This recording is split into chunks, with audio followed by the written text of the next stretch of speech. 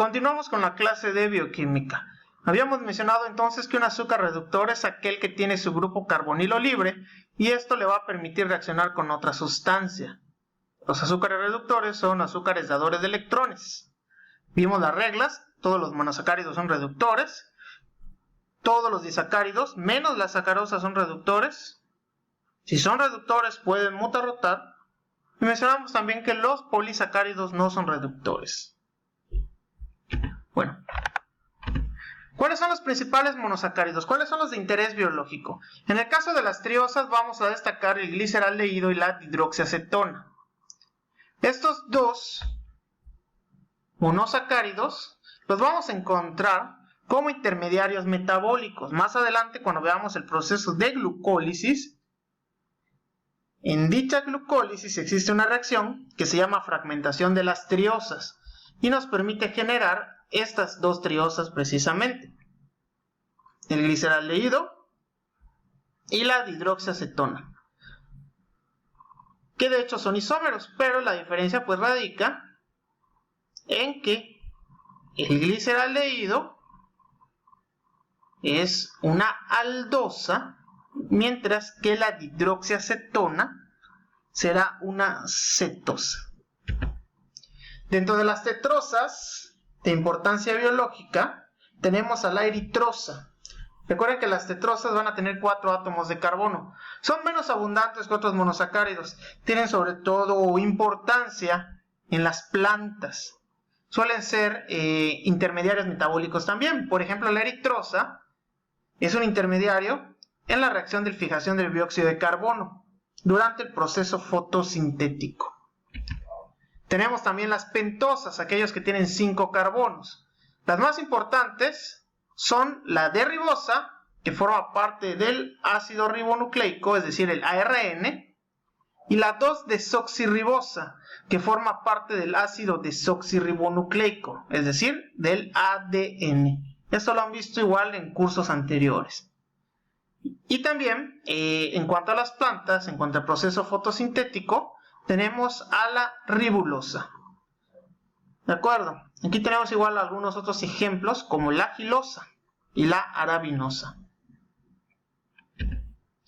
En el caso de las hexosas son más conocidas, son más utilizadas para realizar los ejercicios, dado que estas hexosas se encuentran bien distribuidas en la naturaleza. Tenemos a la glucosa, un azúcar que está libre en los seres vivos, es el más extendido en la naturaleza. Va a ser el principal combustible de la célula, ¿sí? La va a utilizar como fuente de energía. También tenemos a la fructosa, cuyo nombre nos lo dice, lo vamos a encontrar principalmente en frutos, y la galactosa, que es un monosacárido que podemos encontrar en la leche. Estas 3 hexosas son las más conocidas: glucosa, galactosa y fructosa. Desde luego que estamos hablando de también isómeros. De hecho, la glucosa y la galactosa, si observamos bien la estructura, se tratan de isómeros en C4, ¿sí? Son epímeros en C4. Y ambos son aldohexosas. Y en el caso de la fructosa, tenemos que es una cetohexosa. Bueno, los carbohidratos se pueden unir unos con otros. Y es aquí cuando van a aparecer los llamados enlaces. Los monosacáridos también se pueden unir a otras moléculas. Los enlaces que se generan con los monosacáridos los vamos a denominar enlaces glucosídicos. Gluco o glicosídico. Tenemos varios tipos. El principal va a ser el enlace O-glucosídico. Este enlace es el que se da entre dos monosacáridos. Monosacárido más monosacárido, voy a tener entonces mi enlace O-glucosídico. Por ejemplo, aquí tenemos lo que es un enlace O-glucosídico. Aquí tengo mi carbono anomérico. Ese carbono anomérico va a reaccionar con el hidroxilo ¿sí? Para poder ciclarse. Y este carbono, a su vez, nos va a dar la pauta de la nomenclatura de un disacárido, ¿sí? Recuerden que aquí en ese caso tengo un conformero alfa porque mi OH está hacia abajo. Este carbohidrato está formando un enlace con el otro carbohidrato. Dos monosacáridos están reaccionando entre sí para generar un disacárido. ¿Qué es lo que va a ocurrir? Como van a reaccionar estos dos hidroxilos, voy a perder una molécula de agua. Es decir, en el sistema de salida se libera una molécula de agua. ¿Y qué va a pasar con ese oxígeno restante? Nos va a permitir enlazar a ambos monosacáridos. Es por eso que le denominamos enlace O-glucosídico.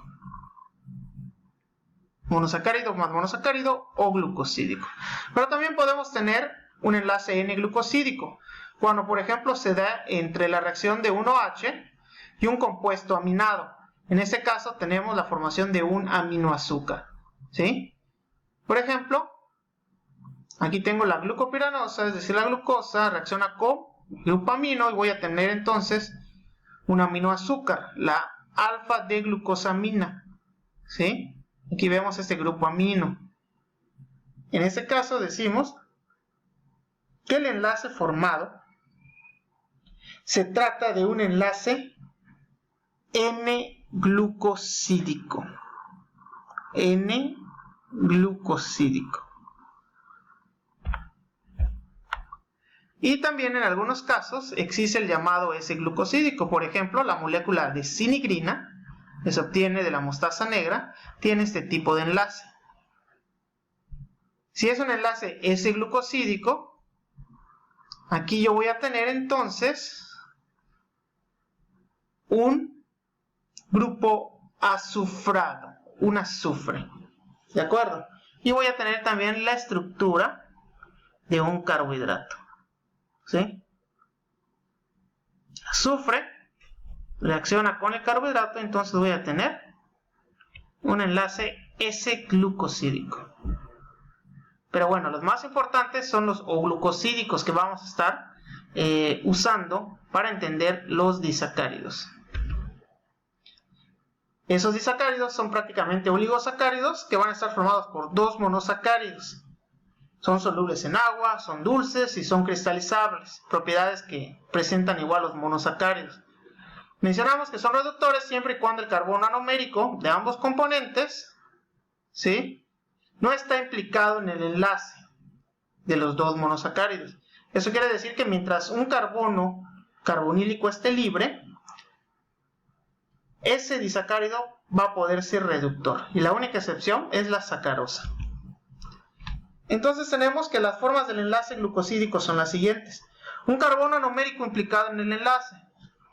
Por lo tanto, el segundo azúcar va a presentar libre su carbono anomérico y eso le va a dar sus propiedades reductoras, ¿sí? De los dos carbonos anoméricos en la molécula, pues uno está libre y pues va a poder reaccionar con otra sustancia.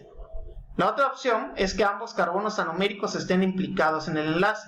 Tal es el caso de la geometría de la sacarosa. ¿Y qué es lo que va a ocurrir? Que no voy a tener ningún carbono anomérico libre.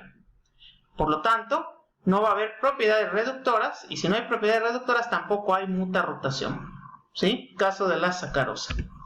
¿Cuáles son los principales disacáridos de interés biológico? Tenemos a la maltosa, también llamada azúcar de Malta, ¿sí? Ese proviene del grano germinado de la cebada, y pues se utiliza para la elaboración de la cerveza. Una industria muy redituable a nivel mundial, y que está basada en procesos fermentativos. Se obtiene por medio de la hidrólisis del almidón y el glucógeno. La maltosa posee dos moléculas de glucosa, ¿sí? Es decir, mi maltosa es glucosa más glucosa. Aquí podemos ver dos piranosas, que son mis glucosas. Hay la formación del enlace glucosídico, se pierde agua. El nombre químico de la maltosa es alfa-D-glucopiranosil 1,4 alfa-D-glucopiranosa. Todo eso. Sin embargo, no es tan difícil realizar esta nomenclatura. ¿De dónde viene este alfa? Recuerden que esto se relaciona con la propiedad de mutarrotación. ¿Sí? El hidroxilo que va a reaccionar para formar el enlace glucosídico y liberar agua en esta piranosa va a ser el que está colocado hacia abajo. Es por eso que es alfa. ¿Sí? Recuerden que si el hidroxilo en el carbono anomérico está hacia abajo es alfa. ¿Por qué D? Porque ya comentamos que es dextro. Si el último carbono quiral tiene su OH a la derecha, es dextro. Gluco, porque es glucosa. Pirano, porque es un hexano. Sufijo osil, porque es el primer componente de la nomenclatura. ¿Sí? Va a terminar en osil. Alfa-D-glucopiranosil, hace referencia a esto. 1,4, ¿por qué 1,4? Porque el carbono 1 de esta glucosa está implicado en el enlace con el carbono 4 de esta glucosa. 1, 2, 3, 4, 5, 6. Aquí tengo 1, que de hecho es mi carbono anomérico. Aquí, en el otro pirano, en el A derecha está mi carbono anomérico. Y este carbono anomérico, que está libre, es lo que le va a permitir tener esas propiedades reductoras. 1, 2, 3, 4, 5, 6. Carbono 4 reacciona con el carbono 1. Por eso es 1,4. Alfa-D-glucopiranosa. ¿Por qué? Porque en esta molécula de pirano reacciona el hidroxilo, que también está en posición alfa. Es un isómero de... es glucosa, es un pirano, pero como es el último componente, le vamos a agregar el sufijo osa, ¿de acuerdo? Y es por eso que la maltosa es el alfa-D-glucopiranosil 1,4 alfa-D-glucopiranosa. Hay que aprender muy bien estas reglas. Yo les puedo poner un disacárido y que me lo nombren de esa manera. Entonces decimos que la conformación del enlace es alfa 1,4, ¿de acuerdo? Entonces la maltosa es glucosa más glucosa y su conformación del enlace es alfa 1,4. No me confundan tipo de enlace con conformación, esto ocurre mucho. El tipo de enlace es el enlace glucosídico. Ya vimos que hay O glucosídico, que se da entre dos monosacáridos. Ya vimos que hay S-glucosídico, que se da para formar aminoazúcares. Y ya vimos que también existe el S-glucosídico, que tiene azufre. ¿Sí? Mientras que la conformación se refiere a cómo están los enlaces. En este caso la conformación es alfa 1,4. Luego tenemos la celobiosa. Esta no está libre en la naturaleza. Se obtiene de manera experimental por hidrólisis de la celulosa, que es un polisacárido.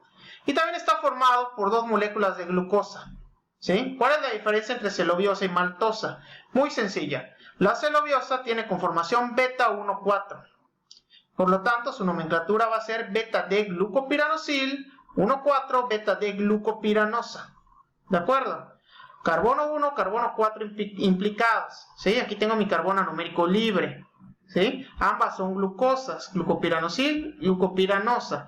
Pero la diferencia está en que durante la formación del enlace glucosídico, lo que va a reaccionar va a ser el hidroxilo, ¿sí?, que está en posición beta, tomando en cuenta el carbono anomérico en este primer monosacárido, ¿sí? Entonces tengo beta-D-glucopiranosil 1,4 beta-D-glucopiranosa, ¿sí? Y aquí también reacciona con el hidroxilo en posición beta. Nos queda de esta manera el enlace. Tenemos la lactosa, que es el azúcar de la leche de los mamíferos. Todos hemos escuchado acerca de la lactosa. Y esta está formada por glucosa y galactosa. Por ejemplo, en la leche de vaca tenemos que de 4 al 5% es lactosa. La conformación es beta 1,4, ¿sí? Pero los azúcares van a ser glucosa y galactosa. Glucosa y galactosa.